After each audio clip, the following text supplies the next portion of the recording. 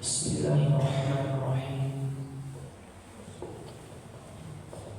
Assalamualaikum warahmatullahi wabarakatuh.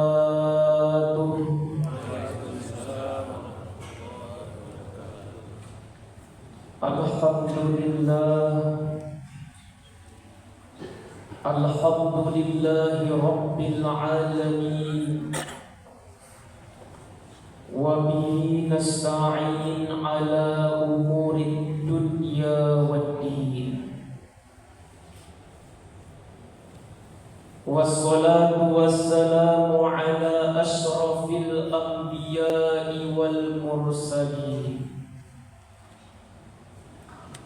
Sayyidina wa habibina wa syafi'ina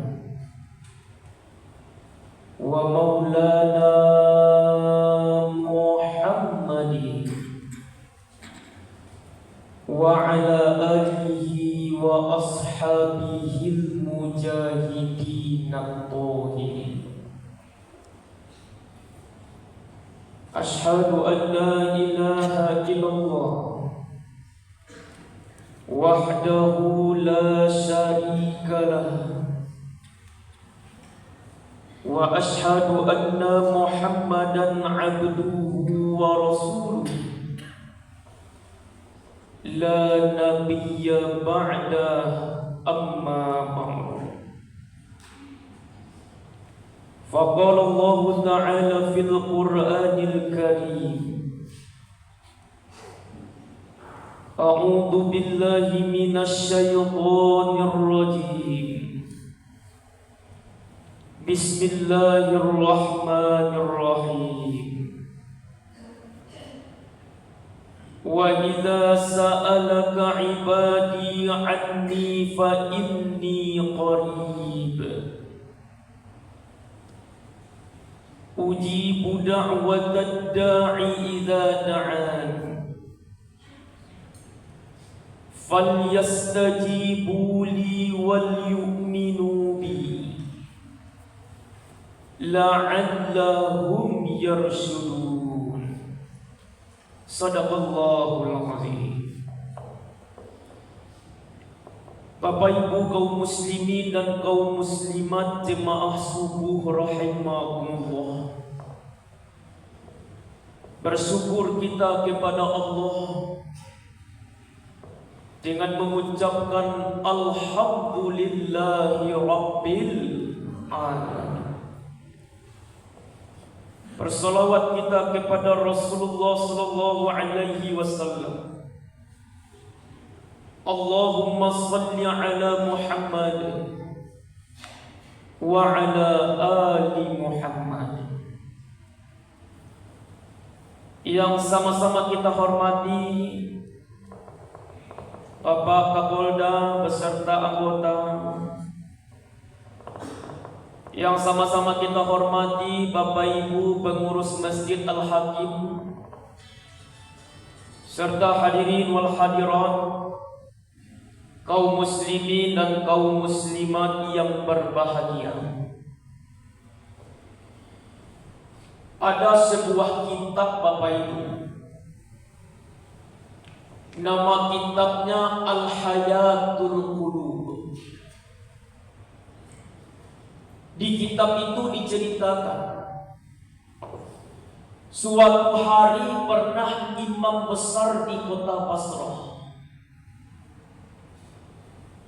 dia bernama Ibrahim Al-Adham, tengah berkeliling di pasar kota Basrah.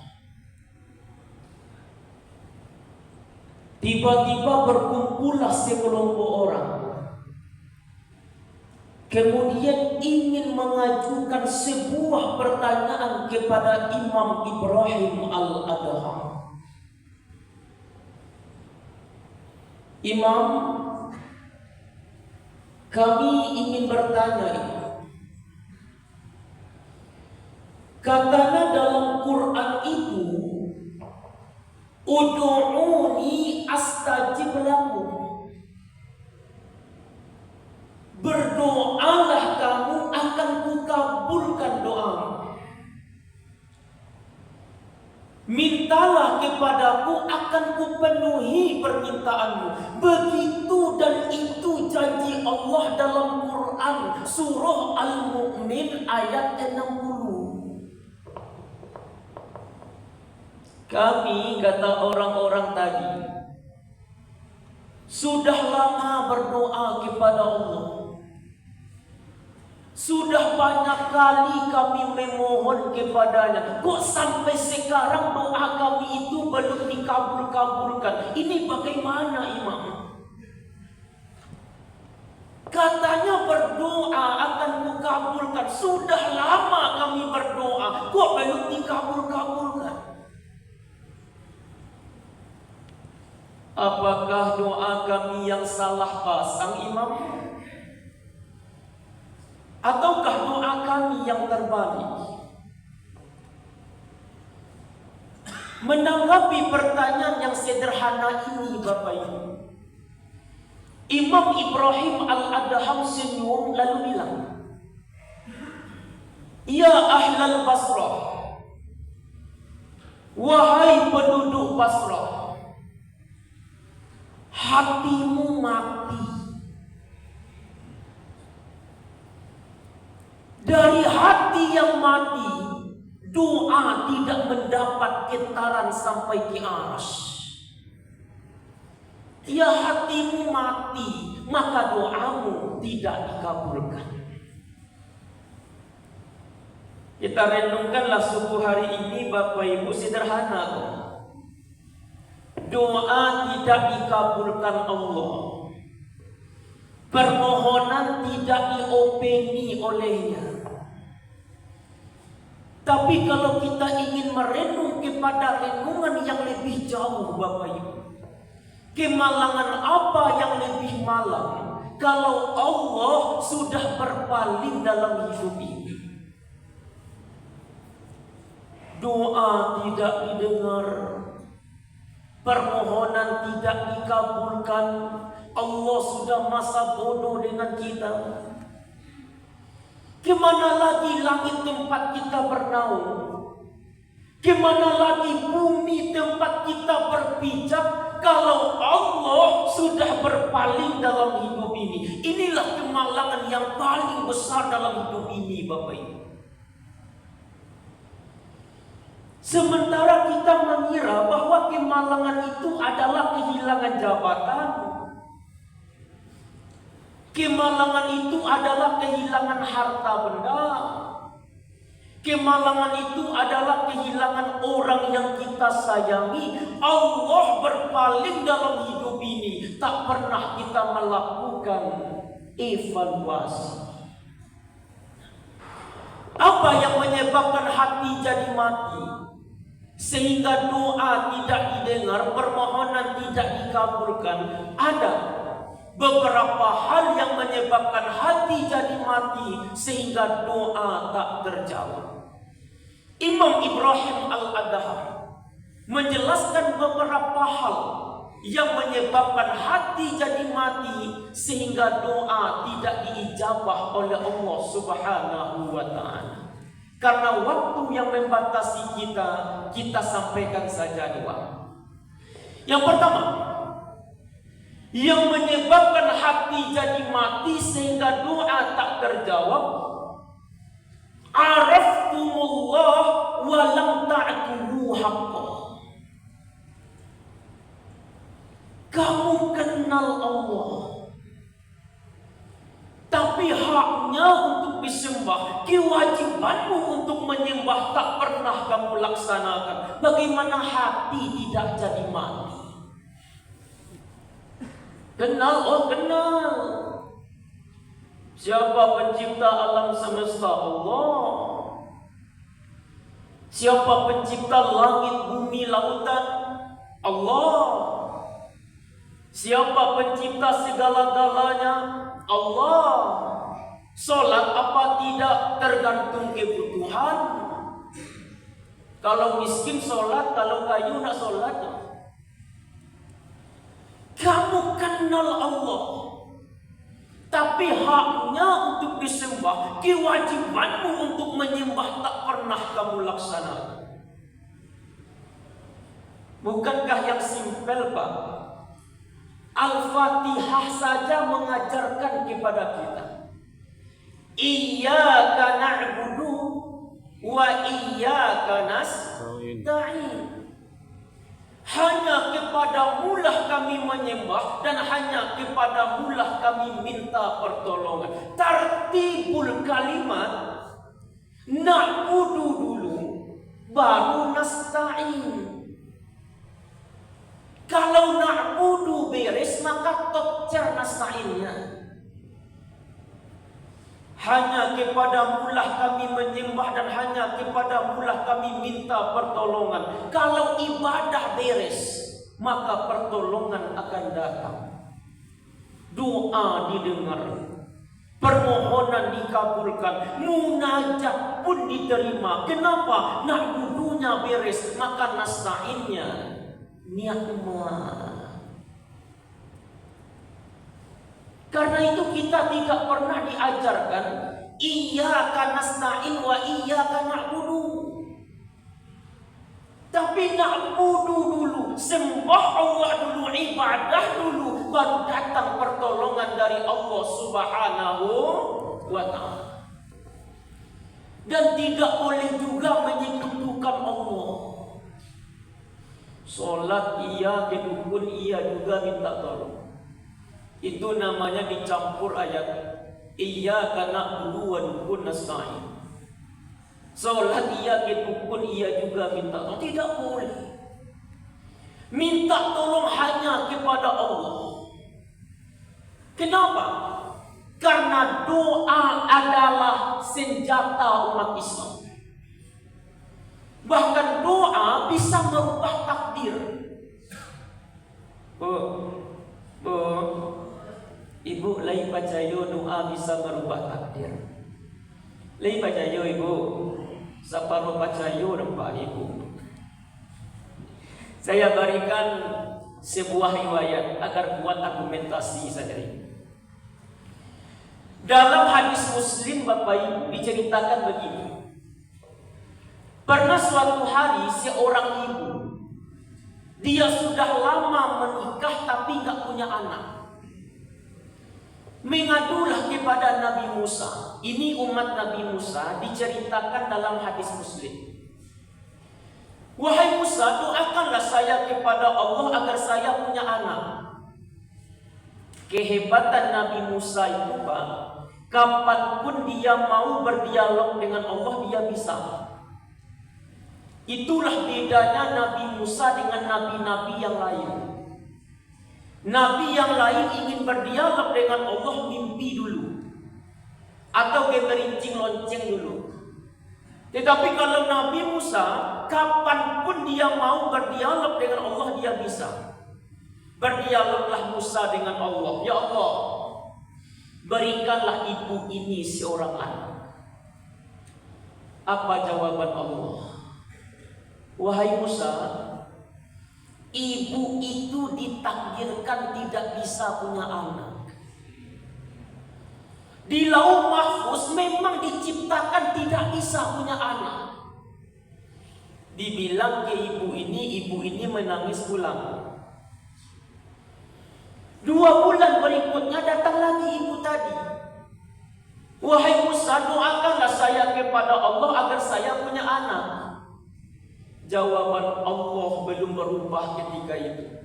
Wahai Musa, ibu itu ditakdirkan tidak bisa punya anak. Dibilang ke ibu ini menangis pulang. Singkat cerita Bapak Ibu, dalam hadis itu diceritakan 2 tahun berikutnya datanglah ibu tadi dengan seorang bayi.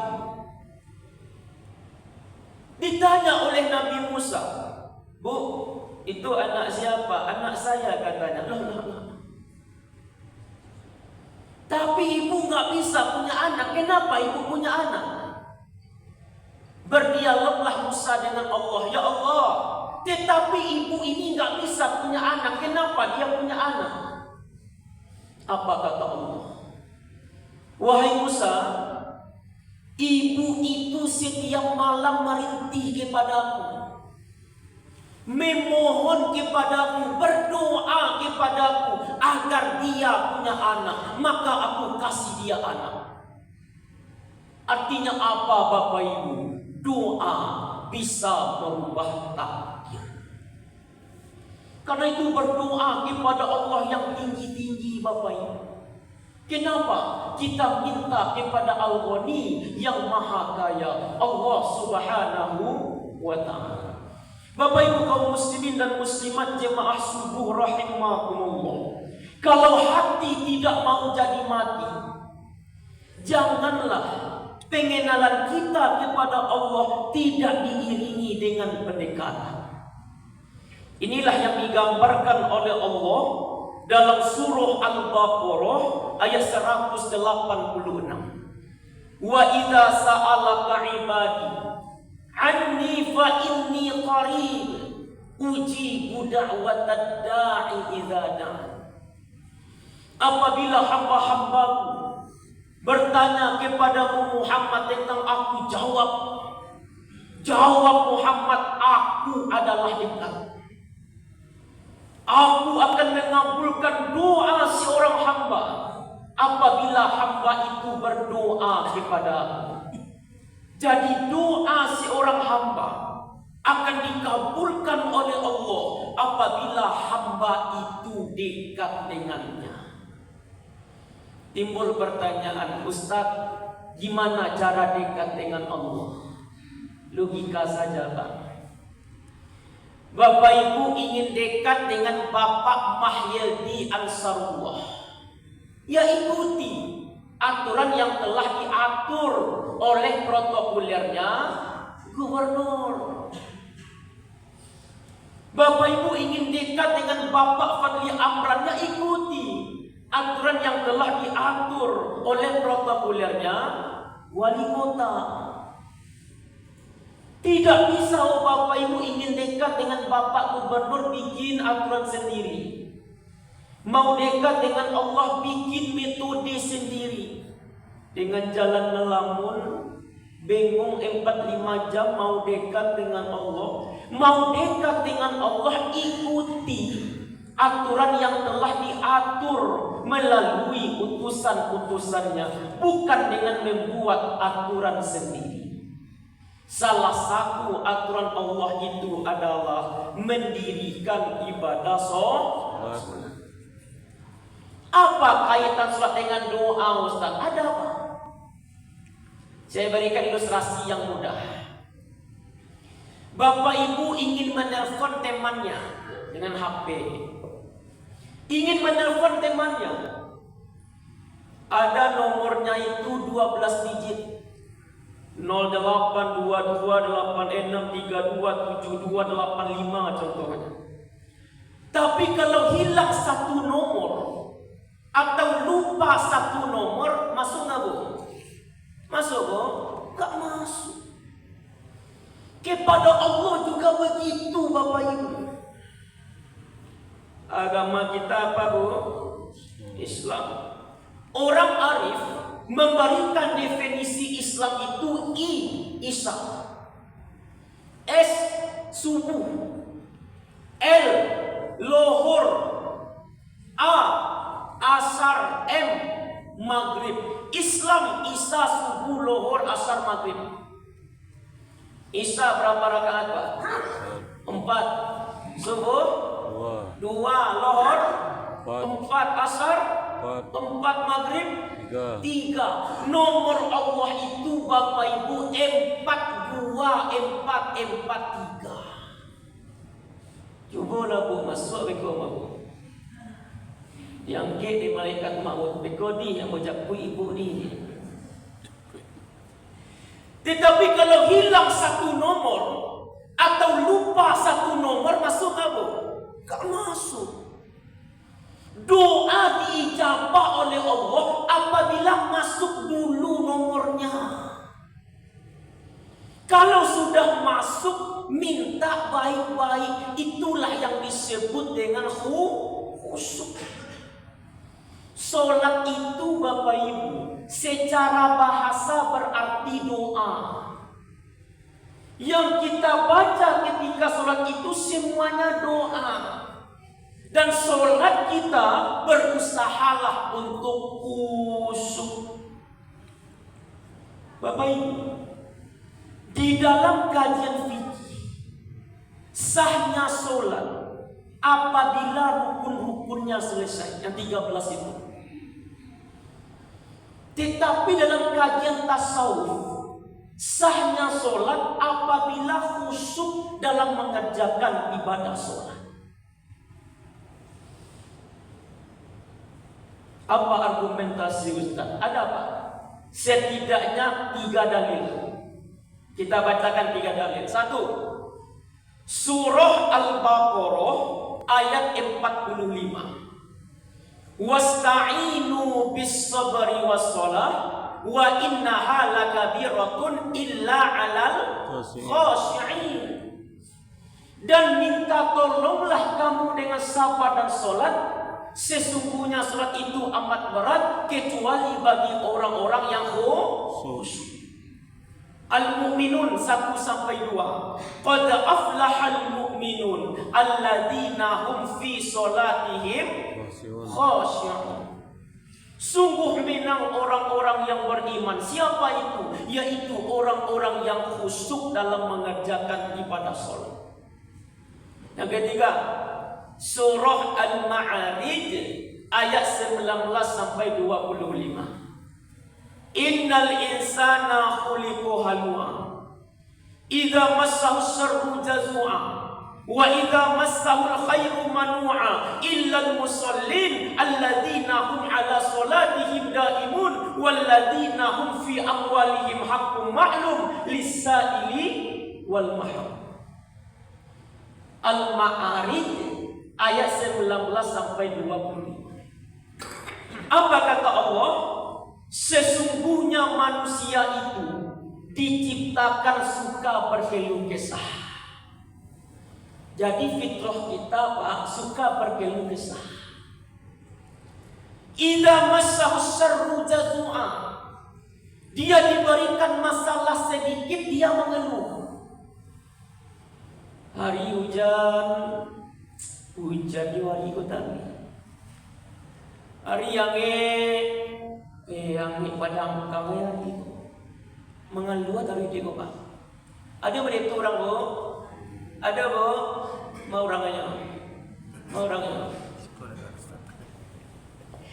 Wa idza massahul khairu manua. Diberikan dia harta dia kikir. Dulu duitnya 10.000 keluar 2.000 untuk infak mudah saja Pak. Sekarang duitnya berjuta-juta, dikeluarkan 5.000, 10.000, apa pikir tu mah? Dikaluan dia binti yang mau 10.000, bak orang ini yang mau itu. Ada begitu orang bo? Ada bo? Mau orangnya bo? Mau orangnya? Dah ada orang di situ. Di bandar buik tetangga ambo, kecek tetangga ambo orang di situ je. Illal musallin, kecuali orang yang solat, alladzina hum ala salatihim daimun, yaitu orang-orang yang solatnya continue terus menerus. Subuh solat, zuhur solat, asar solat, maghrib solat, isya solat. Hari berikutnya juga begitu. Sekarang timbul pertanyaan Bapak Ibu, adakah orang yang sholatnya continue terus menerus Pak, tapi diberikan oleh Allah masalah sedikit saja dia mengeluh? Ada nggak orang seperti itu Pak? Ada Bu? Ada Bu? Mana orangnya Bu? Kata Buya Hamka dalam tafsirnya Al-Azhar, katanya 2 penyebabnya Pak. Orang yang sholatnya continue diberikan masalah sedikit dia mengeluh. Orang yang sholatnya continue itu dia cepat mengatasi masalahnya. Yang kedua kata Buya Hamka, boleh jadi sholatnya enggak khusyuk. Kita ini berusahalah untuk khusyuk dalam mengerjakan ibadah sholat. Payah khusyuk itu Ustaz. Iya Pak. Ali bin Abi Thalib pernah diuji oleh Nabi. Li, coba kamu sholat Li. Kalau khusyuk sholatmu Li, pilih mana yang mau sorbanmu. Warna hijau, warna putih, warna merah, warna coklat, pilih mana yang mau Li. Baik Nabi, sholat Ali bin Abi Thalib. Selesai sholat, assalamualaikum, assalamualaikum, ditanya oleh Nabi Pak. Li, warna apa sorbannya Li? Spontan Ali mengucapkan, warna hijau Nabi. Kata Nabi, sholatmu belum khusyuk. Kenapa? Ketika kamu sholat, kamu membayangkan warna hijau. Susah Ustaz. Iya. Dan godaan setannya besar juga.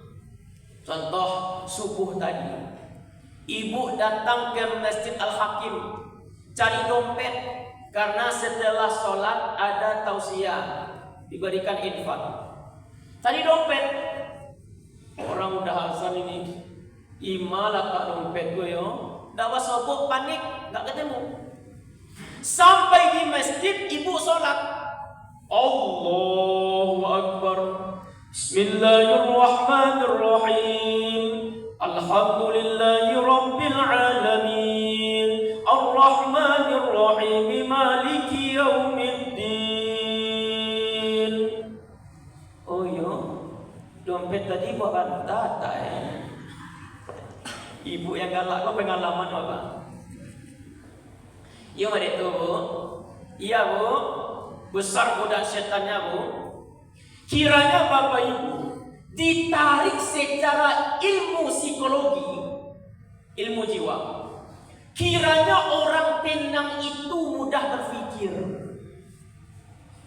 Tadi ibu di rumah cari dompet karena panik gak ketemu. Sampai di masjid ibu sholat. Orang sholat itu dia tenang.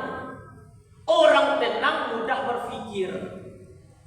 Karena itu kalau ada hilang sama ibu 5 ton, bawa tanang Bu. Mau tanang Bu. Kenapa? Orang tenang itu mudah berpikir. Karena itu Bapak Ibu, di dalam kajian sufistik, dalam kajian tasawuf, ada 3 tingkatan seseorang dalam sholatnya. 1 syariat, 2 hakikat, 3 makrifat. Yang pertama syariat, dia hanya tahu bacaan. Bismillahirrahmanirrahim. Tidak tahu artinya. Sah solatnya secara syariat. Yang kedua, hakikat. Tahu bacaan, tahu arti yang dibaca. Bismillahirrahmanirrahim. Terbayang artinya dengan menyebut nama Allah yang Maha Pengasih lagi Maha Penyayang. Yang ketiga, ma'rifat. Tahu bacaan, tahu artinya, dan ada zauk. Zuk itu artinya rasa. Seolah-olah dia sedang berkomunikasi dengan Allah Subhanahu wa ta'ala. Bismillahirrahmanirrahim. Dengan menyebut nama Allah yang Maha Pengasih lagi Maha Penyayang. Alhamdulillahi Rabbil Alamin. Segala puji bagi Allah, Tuhan semesta alam. Terbayang yang lain, cepat kembalikan kepada Allah. Orang yang sampai tingkat makrifat inilah, tahu bacaan, tahu artinya, dan ada zuk rasa. Orang yang sampai makrifat inilah orang yang khusyuk dalam mengerjakan ibadah sholat. Maka berusahalah kita Bapak Ibu untuk khusyuk dalam mengerjakan ibadah sholat. Kalau sudah masuk nomornya, khusyuk kita mengerjakan ibadah sholat, insya Allah doa kita diijabah oleh Allah Subhanahu wa ta'ala. Ini yang pertama, araftumullah wa lam ta'tuhu haqqah. Kamu kenal Allah, tapi haknya untuk disembah, kewajibanmu untuk menyembah tak pernah kamu laksanakan. Hati jadi mati, doa tidak diijabah oleh Allah. Satu.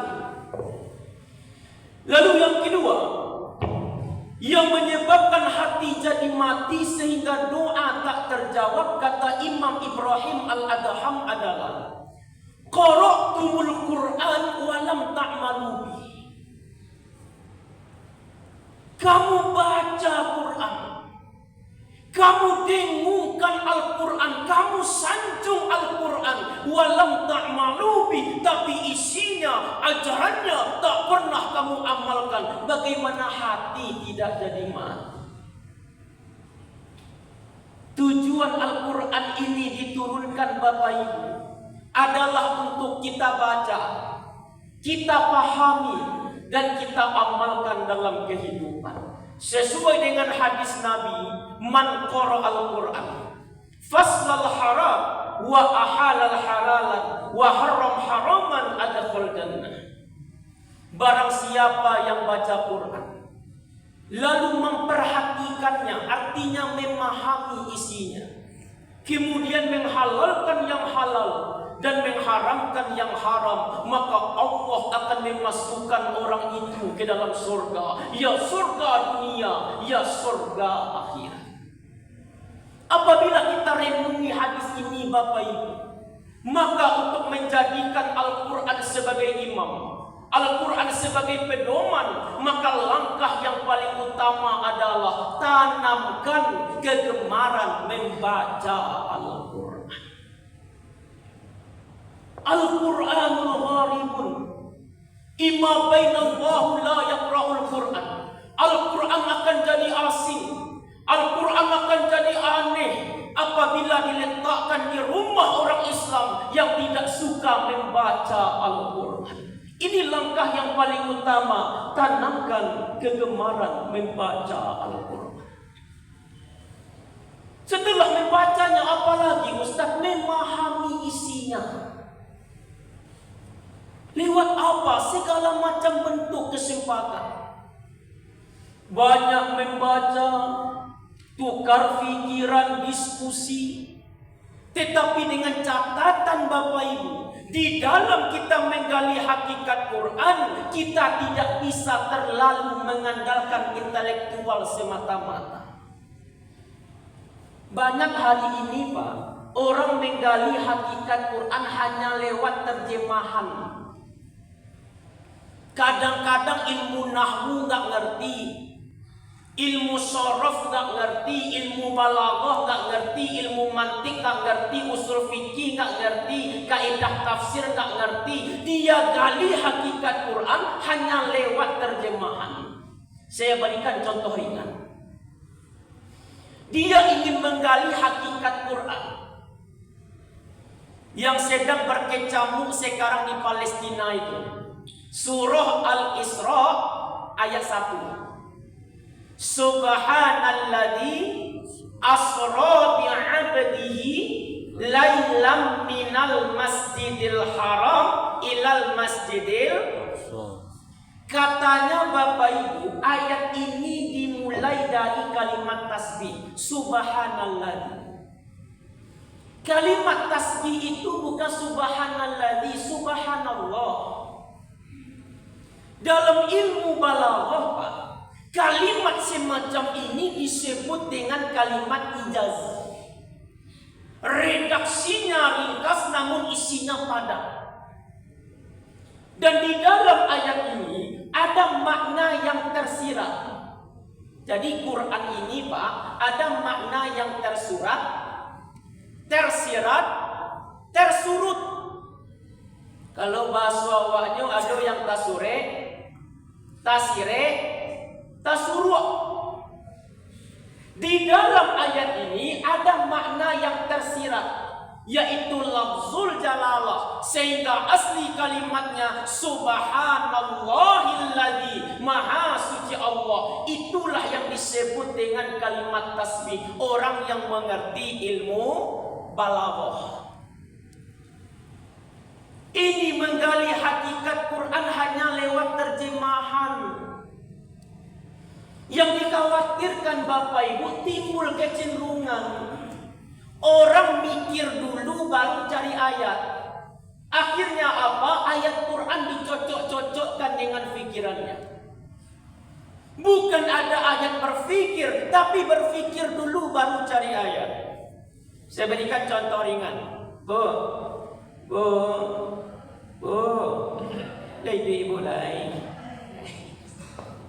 Ambo tanya sama ibu, ambo punya kopiah bu. Kopiah ambo kagadangan. Solusinya kapal ambo di gadangan atau kopiah ambo di ketean bu? Kapal lu di gadangan ke adikku. Tuhan kan India kapal lu gua. Kopiah dikecilkan, iya bu. Artinya cari ayat dulu baru mikir. Kalau mikir dulu baru cari ayat, akhirnya apa? Ayat Quran dicocok-cocokkan dengan pikirannya. Itu namanya kapal lo di gadangan. Kan ada orang kini tuh Pak Ustaz, ambo ba agamu Ustaz, akici akamu sila. Akici logikamu tuh yang ambo lakukan, tidak bisa tuh Pak. Beragama ini tidak bisa terlalu mengandalkan akal. Tidak bisa dengan rasa-rasa. Kok rasa-rasa ambo mah? Rasa-rasa ambo hukumnya gua tidak bisa rasa-rasa. Beragama ini dengan wahyu yang diwahyukan kepada kita. Ustaz, ambo bazakat Ustaz anak yatim sela. Anak yatim tak berhak menerima zakat Pak. Kenapa? Dia tidak termasuk asnaf 8, golongan 8. Logika kita menerima, inyo ndak punya ayah Ustaz, ndak punya apa Ustaz, iyo, tapi ndak sesuai sama Al-Quran. Banyak anak yatim tuh kayunya Pak, yang sampai miskin sedolahnya, kecuali inyo termasuk fakir, miskin, mu'alaf, gharimin dan lain sebagainya, baru dia berhak menerima zakat. Bukan karena yatimnya, tapi karena fakirnya, atau miskinnya, atau mu'alafnya, dan lain sebagainya. Itu orang yang mengerti fikih. Contoh lain, tentang syuruk.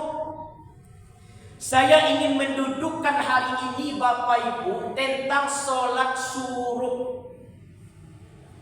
Syuruk itu Bapak Ibu adalah batas akhir subuh. Ini perlu didudukkan dulu. Kenapa ada jam di sana syuruk 6.16?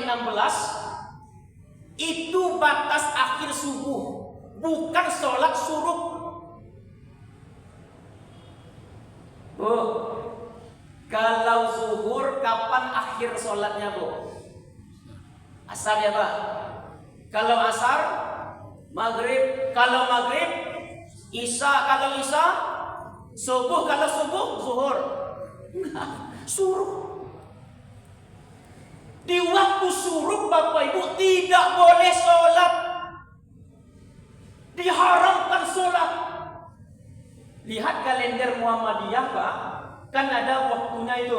Waktu subuh, syuruk, zuhur dan lain sebagainya. Di waktu syuruk itu di bawahnya dibuat terlarang sholat. Gak sholat tuh Pak, terlarang sholat. Kenapa? Diharamkan ketika itu sholat. Ada hadis lain yang mengatakan yusamu jutan dua setan. Karena itu tidak boleh sholat syuruk di jam syuruk itu Bu. Kapan syuruk itu sholatnya? Ada dua ulama berbeda pendapat.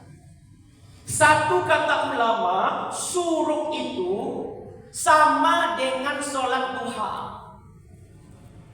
Yang kedua, minoritas ulama mengatakan sholat subuh itu berbeda dengan sholat duha. Kapan suruh itu? Di awal duha. Kapan awal duha itu? Suruh itu bermakna matahari naik. Sholat suruh itu ketika matahari condong satu tombak. Satu tombak itu berapa? Kata ahli falak Bapak Ibu, sama dengan 4 derajat setengah. 1 derajat sama dengan 4 menit. Jadi kalau 4 menit Pak, kali 4 setengah berapa itu Pak? 18 menit. Kalau sekarang suruhnya 6.16, berarti sholat suruhnya adalah tambah 18 menit. Berapa Pak? Jam 6.34. Ada ulama mengatakan Pak, tambah 5 balik ini 420. Tetapi saya secara pribadi mengatakan sesuai dengan ahli falak, ahli astronomi yang mengatakan suruh itu ditambah 4 derajat setengah. 18 menit. Dia laba-labi hampir daripada kurang. Contoh, zuhur kini jam 2 balik 25. Bapak sholat jam 12.20. Laisa syarat apa tuh? Laisa. Enggak. Karena syarat sah sholat Bapak Ibu, poin yang keempat adalah masuknya waktu sholat. Kalau belum masuk waktu sholat, enggak sah sholatnya. Ini perlu didudukkan Pak. Enggak apa-apa saya singgung ya Pak. Enggak apa-apa saya singgung. Berarti jam 6.16 hari ini tambah 18 menit. Berarti jam 6.34 baru sholat subuh. Itulah makna hadis, barang siapa yang setelah sholat subuh dia berzikir kepada Allah, termasuk mendengarkan tausiah ini, kemudian dia sholat Tama sama dengan pahalanya haji dan umroh, sempurna kata Nabi. Jadi waktu suruh itu adalah ketika awal duha ditambah 18 menit. Jadi ada bertambah jam dia Bu. Sampai nilai baru itu baru masuk duha. Baru masuk sholat subuh. Artinya apa Bapak Ibu? Di dalam kita menggali hakikat Quran, kita butuh orang yang ahli di bidangnya. Kalau ada pembuatan jembatan Pak, ada 5 orang insinyur, satu lagi ada 1000 ulama, pilih yang mana Pak? 5 orang insinyur. Ada penetapan 1 Ramadan, 5 orang ulama, satu lagi ada 1000 insinyur, pilih yang mana Pak? 5 orang ulama. Artinya apa? Berikan sesuatu itu kepada yang ahlinya. Kalau tidak, tunggu kehancuran kata Nabi. Bapak Ibu kaum muslimin dan muslimat yang berbahagia, barangkali terjemahan Quran dalam bahasa Belanda sudah banyak, dalam bahasa Inggris sudah banyak, apalagi bahasa Indonesia Bapak Ibu. Yang susah hari ini adalah mencari terjemahan Quran dalam kehidupan kita. Ini yang susah Pak. Saya berikan contoh. Tahun 2024, penelitian tahun 2024 Bapak Ibu, konon kabarnya umat Islam di Indonesia ini lebih kurang 90%. Kita adalah umat Islam yang terbesar di dunia. Dari 90% itu Bapak Ibu, yang bisa baca Quran lebih kurang 20%. Segede banyak Bu.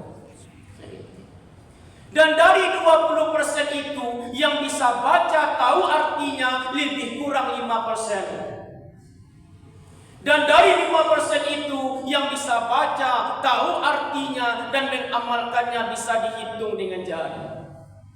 Jadi gak heran Bapak Ibu, umat ini mayoritas. Tapi seperti buih di lautan, banyak tapi centang perenang.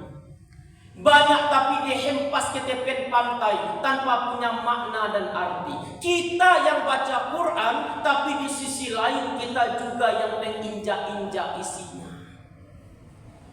Kita baca ayat Lallahu bai'a wa harrama riba, Allah halalkan jual beli, haramkan riba, tapi rentenir, julu-julu tembak, jangan terus Pak. Kita baca ayat wa'tasimu bihablillahi jami'an wa la tafarraqu. Berpegang teguhlah kamu pada tali agama Allah. Jangan engkau bercerai-berai, tetapi pada tetangga sebelahan tidak bersapaan. Kita yang baca Quran, tapi di sisi lain kita juga yang menginjak-injak isinya. Padahal Islam mengajarkan kepada kita berbuat baik kepada tetangga. Falyukrim jarah, berbuat baik kepada tetangga. Bu, lai pernah ibu masak gulai. Lai bu, kecik Nabi bu, kalau sampai asoknya atau baunya ke rumah tetangga, kasih sedikit tetanggamu gulaimu itu. Kalau indak namu magiahnya dah, tutui asok tu dan sampai ke rumah tetangga. Baca roh tu bu, baca rohnya, baca roh ibu, salah kan? Begitu Islam mengajarkan kepada kita berbuat baik kepada tetangga. Agar apa? Agar hati kita hidup, tidak menjadi mati. Oleh karena itu, mari kita kembali kepada Quran. Kita baca Quran, kita pahami Al-Quran, dan kita amalkan dalam kehidupan. Insya Allah hati kita sehat, hati kita hidup, hati kita salim. Bapak Ibu kaum muslimin dan muslimat, jemaah subuh rahimakumullah, inilah beberapa hal yang menyebabkan hati jadi mati sehingga doa tak terjawab. Mudah-mudahan dengan kita mengetahui hal-hal yang menyebabkan hati jadi mati ini, kita bisa mengintrospeksi diri kita sampai manakah doa kita yang dikabulkan oleh Allah Subhanahu wa taala. Kuncinya Bapak Ibu, perlu introspeksi, perlu evaluasi di dalam diri kita. Semoga tausiah subuh hari ini bermanfaat bagi kita semua. Kita tutup dengan doa kafaratul majlis. Subhanakallahumma wa bihamdika, asyhadu an la ilaha illa anta, astaghfiruka wa atubu ilaik. Billahi taufiq wal hidayah. Wassalamualaikum warahmatullahi wabarakatuh. Waalaikumsalam warahmatullahi wabarakatuh.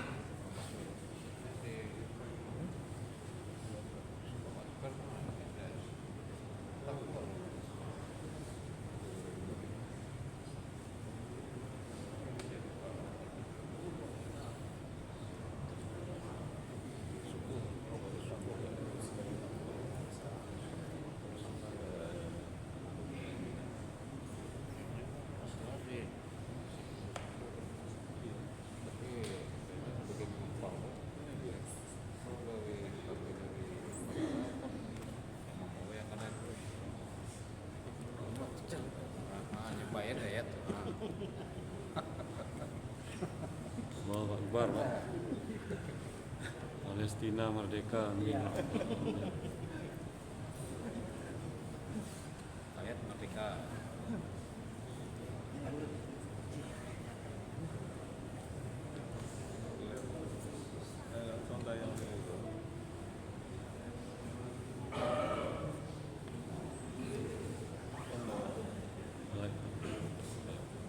Mohon izin Bapak Ibu, yang sudah menggunakan salam saudara, kita tutup bersama. Pak, masuk, Pak.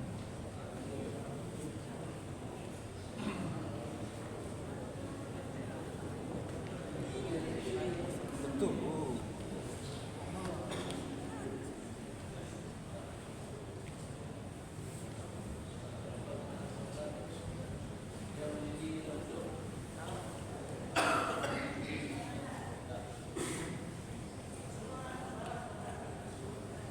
Banduk, banduk.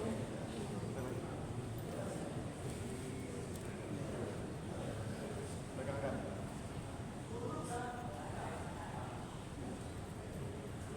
Mohon izin benar, Bapak Ibu semua. Diskusi foto kita 2 sesi saja. Yang pertama salam Islami, yang terakhir salam presisi. Mohon izin yang pertama salam Islami. Kami pandu. Kenan tersenyum. 1, 2, 3. Sekali lagi 1, 2, 3.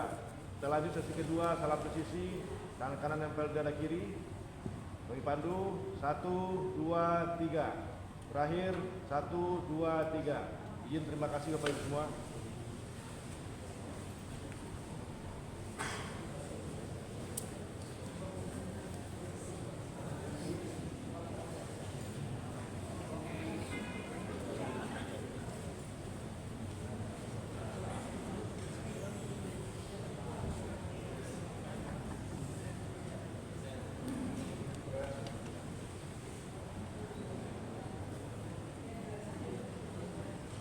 Ada ya? Pak, ayo, Pak.